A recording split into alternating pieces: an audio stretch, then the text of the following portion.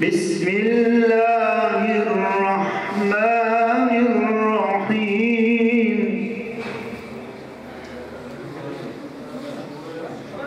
أَوَلَا يَرَوْنَ أَنَّهُمْ يُفْتَنُونَ فِي كُلِّ عَامٍ مَرَّةً أَوْ مَرَّتَيْنِ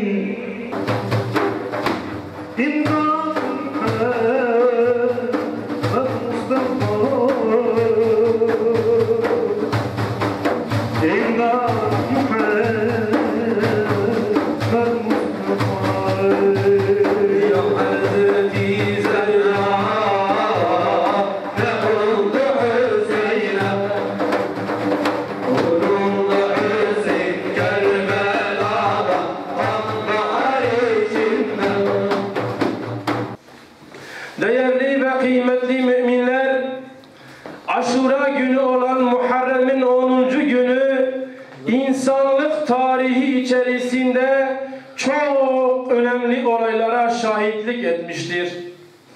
Hz. Adem'in tevbesinin kabul edilip tekrar cennete girmesi bugün de olmuştur.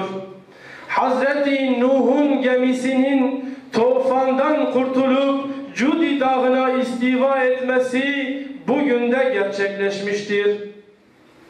Hz. Yunus'un balığın karnından karaya intikali bugün de gerçekleşmiştir.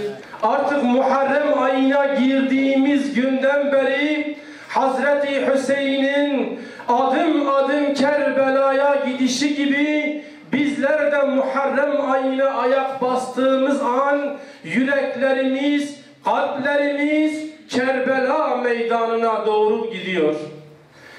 Kerbela'da yaşanan acılar, yaşanan vahşetler, orada katledilen Ehl-i Beyt'in acısı yüreğimizi dağlıyor. Değerli ve kıymetli müminler, eğer bizler Kerbela'yı tarihte yaşanmış dramatik bir olay olarak görürsek, biz ne Hazreti Hüseyin'i anlarız, ne Kerbela'yı anlarız, bizler onu anlamış sayılmayız.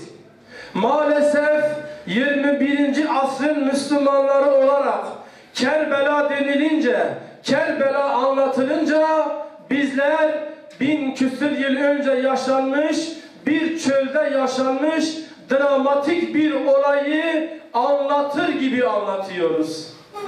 Halbuki Hazreti Hüseyin orada katledilip ondan sonraki Müslümanlar dramatik, acı bir olayı nesilden nesile aktarsınlar diye o kıyama kalkmamıştır.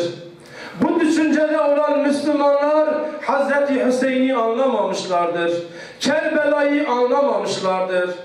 İnşallah değerli abilerim, bu gece Hazreti Hüseyin neden kıyam etti? Kerbela'da ne oldudan daha ziyade Kerbela niçin gerçekleşti? Hazreti Hüseyin öldürüleceğini bile bile, başının gövdesinden koparılacağını bile bile, kucağındaki yavrusunun öleceğini bile bile neden kıyama kalktı? İşte bizim bunu anlamamız lazım değerli abilerim. Kerbela anlatıldığı zaman, Aşura günü anlatıldığı zaman, Hazreti Hüseyin'in mücadelesi, Hazreti Hüseyin'in cengaverliği, Ehl-i Beyt'in fedakarlığı anlatılıp da Hazreti Zeynep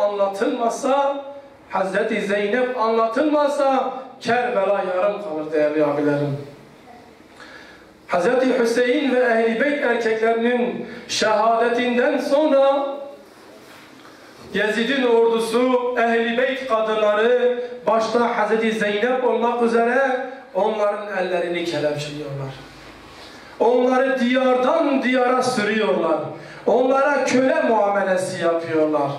Ve en sonunda Hazreti Hüseyin'in mübarek başıyla beraber Ehl-i Beyt kadınlarını Yezid'in huzuruna götürüyorlar. Yezid Hazreti Hüseyin'in başını görünce gülüyor. Ey Hüseyin diyor, bana biat etseydin bu senin başına gelmeyecekti.